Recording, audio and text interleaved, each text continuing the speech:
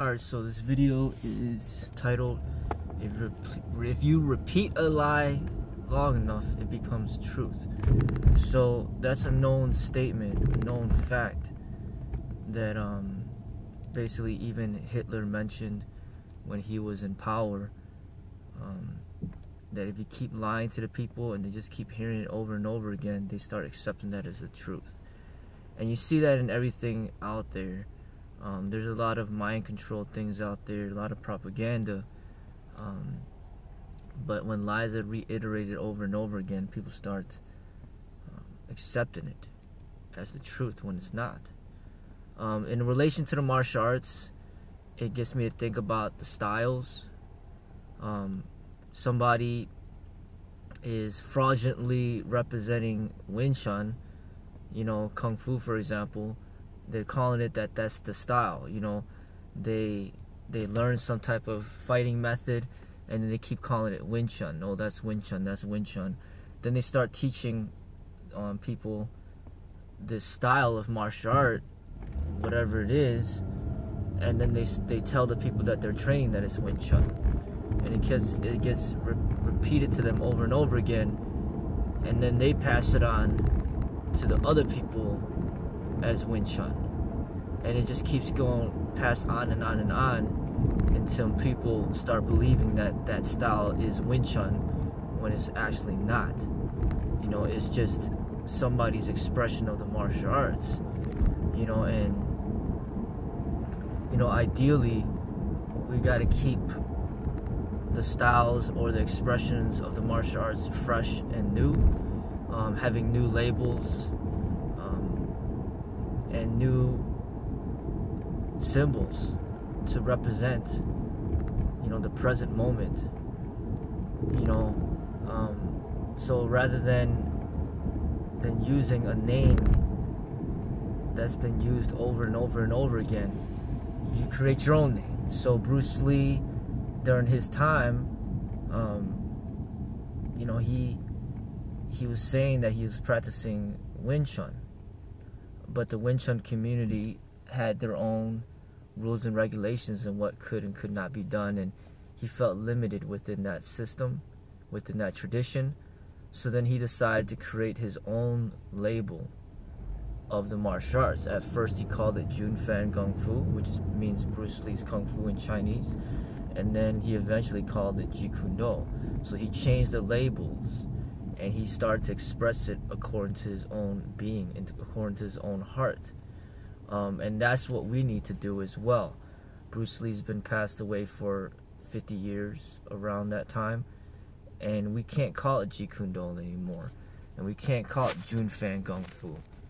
We have our own expression that's unique to us, and based on your roots and your cultural background, based on your nationality, you need to come up with a label that best identifies your expression. And as I've been saying, if you don't have a Chinese background and those are not your roots, then you should not be using those labels unless you get permission from the creator of a certain way or system or style. But you can easily say, you know, your name and then your martial art, you know. So it's you know, if it's gonna be you know, it could be Freddie Lee's martial art or John Jackson's martial arts, whatever your name is, you know, Michael Jordan's martial arts, Kobe Bryant's martial arts, and that should be the proper way. You know, you gotta gather your own students, your own disciples, and teach your methods, share your methods, and grow your school and your reputation. You know, rather than identifying yourself to be practicing something that is false. You know, you gotta create something that's new, something that's true. You know, even when we're born, we are given a name, a new name. You know, not everybody's name is the same name. It's not like you have 2 million people that are named Wing Chun, or 2 million people that they name, you know, Michael Jackson, you know, people are gonna have different names, and you know, that's essentially how the martial arts is supposed to be. You know, and I understand if you wanna pass on your family's expression of martial arts, that's different. You know, so say your father created, you know, like for example, you know, I created Freddy's Modern Kung Fu. If my children are qualified and they're capable, they could pass on this way, this method, and but it has to go under my permission, you know, or I could choose to put in my will or whatnot, where I say, hey, you know, as soon as I pass away, then I want the style and the art to pass away. As far as the name is concerned, I want that to be buried, and I don't want that to be used again. You know, every person that's learned from me, you know, my family, my children, my students, my disciples, you know, I could encourage them to just create their own label and express themselves, you know, truthfully, you know, to who they are. And that's essentially what Bruce Lee did. You know, he encouraged us to create our own way, to find our own way, and to express ourselves honestly. And that goes along with creating your own name, your own expression, and being yourself.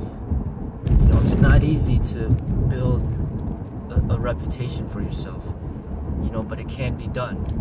You know, people like Floyd Mayweather and Mike Tyson and Muhammad Ali, they all were boxers, but they had their own, you know, their own expression in it, and they became famous based on their own accomplishments. You know, they are talented on their own right. Same thing with Michael Jordan, Kobe Bryant, LeBron James. You know, it's going to be harder to establish your own reputation and build your own brand, but you know, it's going to be easier to just be a fan of Michael Jordan, or just, you know, be a spectator, you know, be a student of Michael Jordan. But to actually be, you know, your own person, have your own name, and set your own standard, that's a whole nother level. And that's what we should be doing, you know, in the martial arts as well. And, you know, Jet Li made a name for himself.